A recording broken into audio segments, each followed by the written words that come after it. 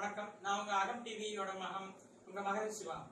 So இன்னைக்கு movie review கொடுக்க போறேன். கொஞ்ச நாளாவே கோலிவுட்ல எந்த மூவி ரிலீஸ் ஆகல.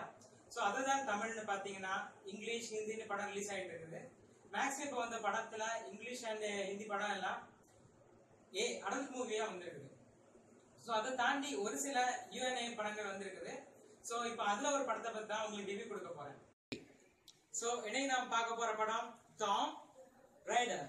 சோ இந்த படத்தை பத்தி சொல்லணும்னா ஆரம்பத்திலேயே ஒரு brave girl without father and mother. So ஒரு கார்டியனோட வளரக்கூடிய ஒரு பொண்ணு அப்படின்னு ஆரம்பிச்சிருக்காங்க. சோ ஒரு கட்டத்துல அவங்களுக்கு ஒரு நிர்பந்தம் வருது. அவங்க அப்பா இறந்துட்டாங்கன்னு சொல்லி ஒரு அக்ரிமெண்ட்ல சைன் போட்டாதான் அவங்களுக்கு சொத்தெல்லாம் கரெக்டா வரும். அப்பதான் அவங்க ஃபேமிலி ரன் பண்ண முடியுங்கிற அளவுக்கு ஒரு இக்கட்டான சூழ்நிலை வருது. சோ அவங்க கார்டியன் அவங்களுக்கு அட்வைஸ் பண்ணதை பொறுத்து அவங்களும் அதை ஒத்துக்கிட்டு சைன் போட வராங்க. பட் உண்மையிலே அவங்க அப்பா இறந்து போகல, வேற ஒரு ரிசர்ச்சுக்காண்டி போயிட்டு இருந்தாங்க. அதுக்கப்புறம் என்ன ஆச்சுன்னு யாருக்குமே தெரியல. சோ தன்னுடைய அப்பா இறந்துட்டாங்கன்னு சைன் போடுற அவங்களுக்கு இன்னொரு விஷயம் இருக்குது. அதாவது அவங்க அப்பா இறந்த பிறகு இவங்களுக்கு வர வேண்டிய ஒரு பொருள். சோ அந்த பொருளை அவங்க சைன் போடுறதுக்கு முன்னாடியே பாக்குறாங்க. ஆர்வத்துல அந்த பசில சால்வ் பண்ணி அதுக்குள்ள இருக்க ஒரு சின்ன இன்ஸ்ட்ரக்ஷனை படிக்கிறாங்க. அதை படிச்ச உடனே அங்க இருந்து சைன் போடுறதை நிறுத்திட்டு நேரா வெளில வராங்க. சோ அது என்ன இன்ஸ்ட்ரக்ஷன் தேடி போறாங்க. அங்க இருந்து அட்வென்ச்சர் ஸ்டார்ட் ஆகுது.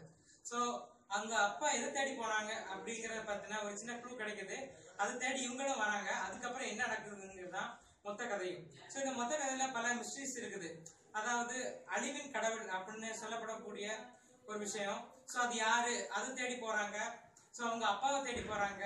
அங்க நடக்கக்கூடிய பல வித்தியாசமான விஷயங்கள் இதெல்லாம் தாண்டியும் அதுல அவங்களோட வீரம், அவங்க எந்த அளவுக்கு முயற்சி பண்றாங்க, எந்த அளவுக்கு ஃபைட்ஸ் எல்லாம் பண்றாங்க, எந்த அளவுக்கு ஆண்களுக்கு சரிசமமா நடந்துக்கிறாங்கிறதா படம் முழுக்க ரொம்பவும் நல்லா காட்டியிருக்காங்க. சோ இந்த படம் தமிழ்ல ஏற்கனவே வந்த 1001, அதாவது கார்த்தி நடிச்ச 1001 படத்துல உள்ள கதை மாதிரி தான் இருக்குது.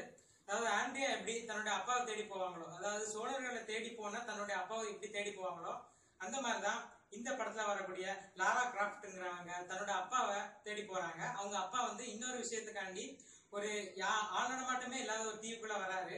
சோ அங்க என்னெல்லாம் நடக்குது, அதை இவங்க எப்படி எதிர்கொள்றாங்கிறது தான் கதை. கடைசி வரைக்கும் இவங்களை ஒரு மிகவும் தைரியசாலியான பொண்ணா காட்டியிருக்காங்க. இல்லாம இது எந்த ஒரு சீன்லயும் முகம் சுளிக்க வைக்காம எல்லா தரப்பினரும் பாக்குற மாதிரி ரொம்பவும் இன்ட்ரெஸ்டா போகுது. படம் ஆரம்பிக்கிறதுல இருந்து முடிக்கிற வரைக்கும் ரொம்ப இன்ட்ரெஸ்டா கொண்டு போயிருக்காங்க. சோ படத்தோட கடைசி ஃப்ரேம் வரைக்கும் நாம இருந்து பார்த்துட்டே இருக்கலாம். அந்த அளவுக்கு ஒரு திருப்தியான படமா தான் இது இருக்குது. சோ ஒரு வீக்கெண்டுக்கு நீங்க போய் பாக்குறதுக்கு சரியான படமா இது இருக்கும். சோ இந்த படத்தை நீங்க பார்த்துட்டு இதுக்கு கமெண்ட்ஸ் போடலாம், இல்ல இந்த வீடியோக்கு நீங்க கீழே கமெண்ட்ஸ் போடலாம். பட் எது போடுறதா இருந்தாலும் முதல்ல கீழே சப்ஸ்கிரைப் பண்ணிட்டு பெல் பட்டன் அழுத்திட்டு